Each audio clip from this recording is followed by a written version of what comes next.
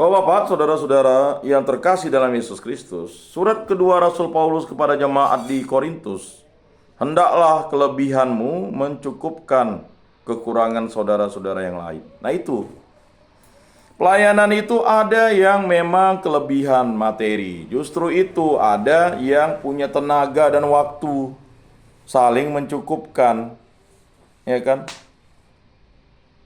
Jadi tidak ada pelayanan itu yang menonjol semuanya sama. Terkadang yang kita selalu berikan perhatian kepada orang yang punya materi, nyumbang materi, terima kasih. Lupa kepada yang memberikan pelayanan dan waktu. Waktu 24 jam. Mau kaya, mau miskin, waktu sama bapak-bapak, saudara-saudara yang terkasih. Tenaga juga sama. 2 mata, 2 tangan, 2 kaki. Kalau mau jadi atlet tinju, bertinjulah. Aku melatih tanganku untuk memukul, ya kan? Aku melatih kakiku untuk berlari. Jadi Paulus sudah katakan, kalau kita latihan bagus, ya kan? Kemudian tenaga juga dilatih ya. Tapi kalau mau main bola ndak latihan, mau main pingpong ndak latihan, mau main tinju ndak latihan, mau main ini ya habis. Tetapi semua tenaga manusia itu sama, tidak ada tenaga manusia itu berbeda. Walaupun pada prinsipnya orang katakan tenaga perempuan dan laki-laki itu berbeda pada jenis kelaminnya. Badan besar dan badan kecil, tidak, tenaga sama. Ya. Waktu sama, yang membuat tidak sama itu adalah mau tidak dilatih, mau tidak bekerja lebih giat, kerja lebih sungguh. Ya. Kain dengki dengan adiknya karena Habel itu mempersembahkan yang terbaik untuk Allah. Kalau dia, Kain itu hanya mempersembahkan yang baik saja untuk Allah. Tidak cukup. Kita hidup tuh harus yang terbaik. Terbaik itu adalah baik dan kudus. Ya. Akibatnya Kain dengki, Kain bunuh adiknya dengan batu. Lalu roh adiknya berteriak-teriak meminta keadilan. Tetapi Kain jadi takut juga kan? Karena dia berdosa. Upah dosa adalah maut. Dia takut dibunuh juga. Nah ini kan lucu. Aneh. Itulah kedosaan. Dia mau berbuat dosa dengan orang, tetapi dia juga takut mati. Dia merampok, bunuh orang, nusuk orang. Tapi ketika dia dibunuh, dia takut. Ya itu tadi. Karena akibat dosa tadi. Nah, kalau kita tidak beriman, tidak memiliki harapan, tidak memiliki kasih, selesai sudah. Ya, kita akan menjadi orang yang beragama, tetapi tidak mengikuti Kristus. Apa kata Kristus? Ya, kamu harus menyangkal dirimu, memikul salibmu dan mengikut aku, itu yang paling utama. Tunduklah kepada Allah, lawanlah iblis, dia akan lari daripadamu. Ya. Saudara-saudara, hendaknya kamu kaya dalam pelayanan kasih, sebagaimana kamu kaya dalam segala sesuatu, dalam iman, dalam perkataan, dalam pengetahuan, dalam kesungguhan untuk membantu, dan dalam kasihmu terhadap kami. Jadi Paulus ini ingin menekankan bahwa kaya terhadap pelayanan kasih. Jadi saudara-saudara, hendaknya kamu kaya dalam pelayan kasih. Jadi kaya dalam pelayan kasih itu kita saling senyum, mengucapkan salam, salpe, Tuhan memberkati. Ini jangan kata-kata kebun binatang ketemu kawan. Ya, prokem-prokem anak sekarang ini luar biasa kata-katanya. Ya, bukan ucapan kasih yang keluar kan. Nah, pelayanan kasih ya seperti itu. Ya. Orang hadir ke gereja, saling bersalaman, ya. Saling senyum, saling sapa, saling tegur. Kamar mana Pak? Kamar mana Bro? Ya kan? Nah, cerita-cerita. Datang ke sini kan bukan langsung pulang. Takut makan hilang, ya kan? Takut dicuri hilang. Ya, terkadang ketakutan itu karena kita, ya, kekhawatiran kita karena kita tidak menyandarkan diri kepada Allah. Ingat Marta marah dengan Maria, tetapi Yesus menegur Marta, Maria sudah mengambil bagian yang terbaik mendengarkan firman Tuhan. Kamu sudah mengambil bagian yang baik menyiapkan makanan. Tetapi makanan yang utama adalah firman. Ya. Manusia tidak hidup dari roti saja, tetapi di firman yang keluar dari mulut Allah. Nah itu. Jadilah dulu kerajaan Allah dan kebenarannya, maka yang lain akan ditambahkan. Bapak-bapak, saudara-saudara yang terkasih dalam Yesus Kristus, sudah tepatlah bapak-bapak itu hadir dalam setiap waktu di bimbingan kerohanian, bimbingan penyuluhan dan katekese ini, kegiatan ibadat, kegiatan misa. Sudah sangat tepat. Karena apa? Cari dululah kerajaan Allah dan kebenarannya, maka yang lain akan ditambahkan. Ya. Bagian yang paling terutama itu adalah firman dan sabda Tuhan. Ya. Maka ketika setan ingin menguji Yesus, ubahlah batu menjadi roti. Ya kan? Manusia tidak hidup dari roti saja, tetapi dari firman yang keluar dari mulut Allah. Itu ingin mengatakan kepada setan, kau tuh udah menyesatkan manusia. Kau mau menyesatkan Tuhan lagi, ya kan? Lalu dia bawa, yang membawa itu, mengapa Yesus mengandalkan kemanusiaannya? Ya, karena itu tadi. Kalau kita mengandalkan kemanusiaan kita, sebenarnya kita bisa mampu melawan setan. Tetapi sering kita terjebak oleh ulah setan tadi itu. Karena kita menganggap diri kita Tuhan, bisa semuanya, tidak bisa. Kita harus mengandalkan Tuhan. Lalu dibawalah Yesus ke bumbungan tinggi di atas bait Allah. Siapa bilang iblis tidak nyantai-nyantai di gereja? Nyantai dia di gereja. Buat ngantuk, ya kan? Jadi kalau ke warung kopi, kita bisa duduk 5-6 jam tahan. Tapi kalau di gereja 1,5 jam udah kayak cacing kepanasan. Ya. 2 jam udah kayak apa. Tapi kalau ke warung kopi, apalagi kalau ada sagalas, 2 galas, makin lancar katanya. Di pesta nonton band bisa berjam-jam sampai full. Coba kalau ada orang khotbah 7 jam. Ya. Nggak mampu, padahal duduknya nyaman di kursi kayu. Kalau nonton band apa? Jongkok, berdiri. Di tengah jalan.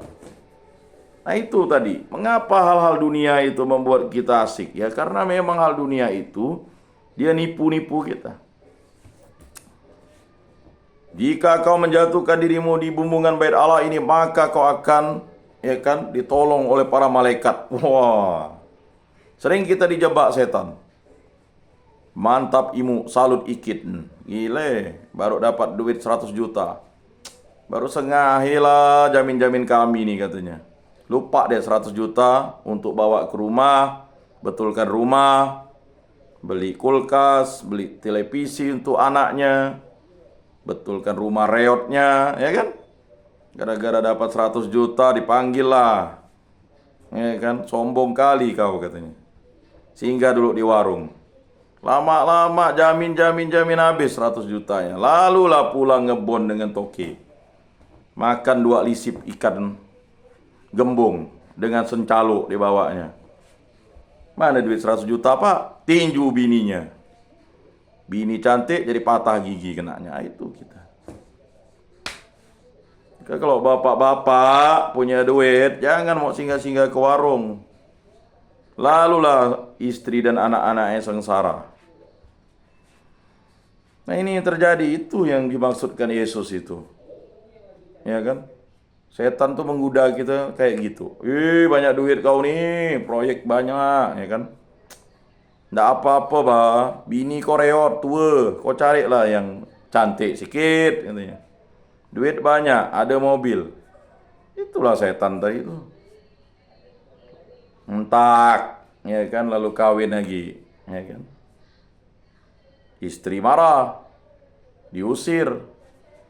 Katanya. Lupa dia. Dulu makan sepiring berdua. Ya kan? Di pondok bambu. Ya kan? Sekali udah kaya, habis istri yang utama ditinggalkan. Penyesalan tiada arti. Hidup sekali. Ya kan? Mau gimana? Susah. Nah itu tadi, godaan. Menjatuhkan diri dari bumbungan bait. Karena udah tinggi kita posisinya, ya kan? Sering digoda untuk jatuh. Karena nanti kita, ndak apa bah, kok ini kan pengikut Kristus, pasti Kristus tolong. Kita kan sering berbuat dosa tuh, lalu dibilang, ndak apa-apa bah. Ya. Nanti, ya kan, jatuh akan ditolong Kristus, kan begitu. Berikutnya apalagi godaan setan yang paling parah itu adalah menyembah. Nah ini. Kalau kau mau dapat judi togel, ya dulu judi togel ya. Orang pikir sekarang judi online tuh hanya main-main yang main game-game di itu ya. Enggak. Sekarang kalau mau masang kupon putih ya pakai WA saja, transfer, TF. Itulah judi online baru. Ya. Pasang nomor dapat mimpi, lihat ya mobil yang terbalik lah, motor yang kecelakaan lah, pasang 3 angka, 2 angka. Ya kan? Dia pakai TF sekarang transfer, udah canggih sekarang, enggak lagi pakai tulis-tulis di kertas putih tuh, maka disebut kupon putih. Ya. Kirim TF, pasang sekian, dapat, ya kan. Judi online ya udah merebak. Tapi ada yang demi untuk kekayaan, tahan dia menyembah setan. Ya. Membeli setan. Pesugihan. Ya kan? Melihara barang. Ya kan? Supaya dagangan laris dan sebagainya itu. Apa godaan setan? Jika kau menyembah aku akan memberikan kekuasaan. Wah, bayangkan. Kan begitu. Ya Bapak-bapak, saudara-saudara yang terkasih dalam Yesus Kristus, itu adalah suatu godaan yang harus kita lawan. Ya. Maka kita harus tunduk kepada Allah. Lawanlah iblis, dia akan lari daripadamu. Karena kamu telah mengenal kasih karunia Tuhan kita Yesus Kristus, yakni sekalipun kaya, ia telah menjadi miskin karena kamu. Ya. Semua alam semesta ini adalah berasal dari Allah. Ya. Terkaya itu adalah Allah, tetapi dia menjadi miskin karena kita. Dia lahir di kandang yang hina, ditempatkan di tempat makan hewan, palungan. Ya. Karena orang-orang tidak mau menerima Santo Yosef dan Bunda Maria, ya, penginapan ya, sudah tutup semuanya, akhirnya di kandang hewan. Ya. Dan dia harus dilarikan ke Mesir dan tinggal di Nazaret dengan kehidupan yang sangat sederhana. Sebab kamu dibebani bukan supaya orang lain mendapat keringanan, tetapi supaya ada keseimbangan. Ya, yang kelebihan materi itu memberikan kelebihannya itu bagi yang kekurangan. Pelayanan-pelayanan di gereja itu kan ya seperti pelayanan di tempat ini kan. Ini kan ada yang kelebihan ya kan. Dibaguskan gerejanya, ada yang punya tenaga dan waktu ya. Belajar dan sebagainya ya kan. Maka hendaklah sekarang ini kelebihanmu mencukupkan kekurangan orang-orang kudus, yaitu. Jadi maka yang disebut orang-orang kudus itu adalah yang melayani Tuhan secara total. Agar kelebihan mereka kelak mencukupkan kekuranganmu supaya ada keseimbangan. Seperti ada tertulis, orang yang mengumpulkan banyak tidak kelebihan, dan orang yang mengumpulkan sedikit tidak kekurangan. Ya, itu. Maka pelayanan kita di dalam gereja ini adalah saling melengkapi. Ada yang pandai main keyboard, mainlah. Jangan kawan baru pandai sedikit, salah diolok. Salah baca diolok. Seakan-akan kita itu manusia super. Yang bisa berkhotbah-khotbahlah. Ya. Yang bisa bernyanyi-nyanyilah. Jangan kita tidak saling melengkapi, saling menguatkan. Yang bisa hadir-hadirlah. Ya jangan selalu mengatakan ndak bisa, ndak bisa, ndak bisa. Mana manusia bisa kalau tidak terlatih? Makanya hadir di tempat ini untuk dilatih dan sebagainya.